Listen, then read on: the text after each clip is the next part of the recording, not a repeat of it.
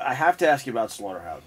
Yeah. And I know you talked about it last time a little bit. Or we call them comedy clubs. But I was turned on to a documentary that I wish I didn't see called Earthlings, and it's kind of our relationship with animals in general. They talk about circuses, slaughterhouses, you name it, puppy mills, whatever. And the footage from the slaughterhouses really were disturbing because they have footage of guys yelling and screaming at the animals. Right. And I'm not one of these rah-rah animal rights activists by any stretch.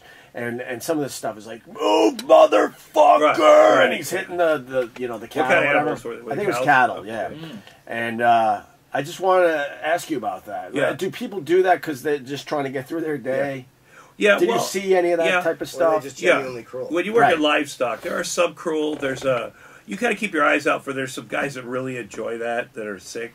Then there's guys that are doing their job. Right. You kind of try to weed those guys that are liking it too much, that stick the shocker, 12 inches up their ass instead of just tapping their ass with it. Because there's not as much yelling as there used to be because you have the electric shocker, and you can kind of drive them up the chute to get really electrocuted, and they get their throats cut. Wait, they get electrocuted in the chute? Yeah. Well, they walk up a chute, and at the top, this thing comes down to their back and electrocutes them.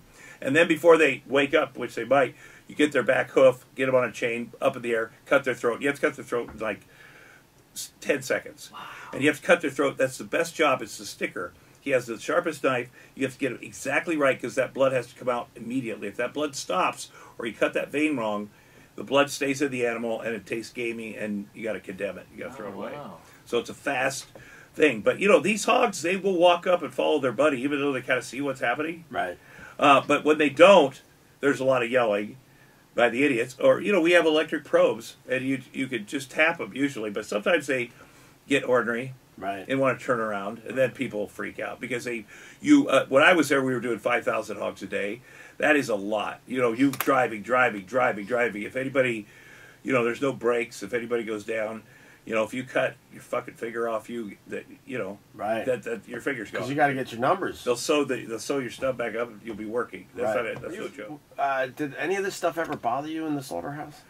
My injuries. No, I mean the animals. Squealing. I think about it. It was a pretty desperate. There's no windows. Death, blood, guts. You got to be. You have to have a family, which I didn't. Or you have to be an alcoholic, which I was. That helped a lot. Now thinking about it, my grandma worked there 50 years. I have no idea. Because it is a dark thing. And, they don't let people film in there for a reason. Because it is, it is what it is. And it's better than it probably used to be, but it is death and destruction. And those animals are squealing, and they're getting, killed. Over and over. And your Gunner was my nickname. I've said this before. Yep. When they wouldn't go up the chute or had a broken leg, I had to shoot them in the head. There's chasing involved with that. You have to chase them down and grab them by the ear and get the bolt gun and shoot them and drag their ass. Put them out of their misery. We called it. Right. But yeah, you really, you think about it.